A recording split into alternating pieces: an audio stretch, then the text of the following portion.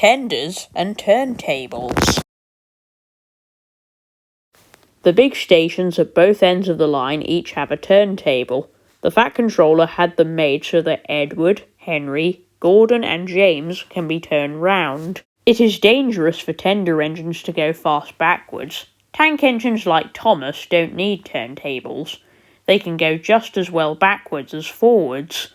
But if you had heard Gordon talking a short while ago, you would have thought that the Fat Controller had given him a tender just to show how important he was. "You don't understand, little Thomas," said Gordon. "We tender engines have a position to keep up. You haven't a tender, and that makes a difference. It doesn't matter where you go, but we are important.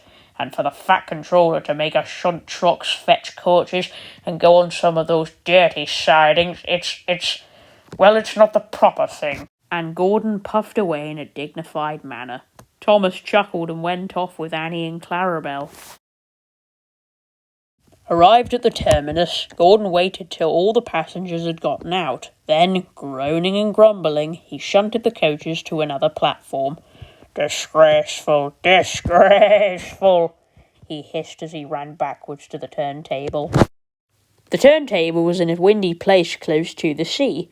It was only just big enough for Gordon, and if he was not on it just right, he put it out of balance and made it difficult to turn. Today, Gordon was in a bad temper, and the wind was blowing fiercely.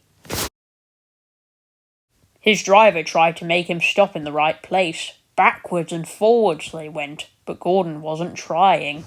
At last, Gordon's driver gave the handle, but Gordon's weight and the strong wind prevented him. The driver, some plate layers, and the fireman all tried together. "It's no good," they said at last, mopping their faces. "Your tender upsets the balance. If you were a nice tank engine, you'd be all right. Now you'll have to pull the next train backwards." Gordon came to the platform. Some little boys shouted, "Come on, quick, there's a new tank engine." "What a swizz," they said when they came near. "It's only Gordon, back to front." Gordon hissed emotionally.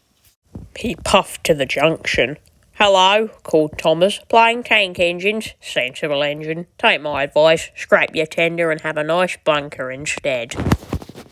Gordon snorted but didn't answer. Even James laughed when he saw him.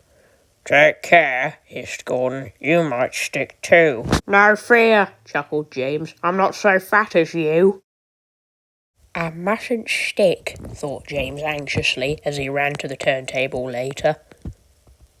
He stopped on just the right place to balance the table.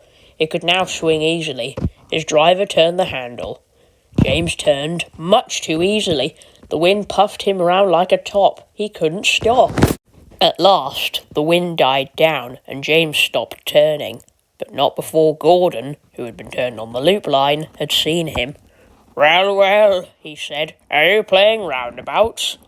Poor James, feeling quite giddy, rolled off to the shed without a word. That night, the three engines had an indignation meeting. "It's shameful to treat tender engines like this.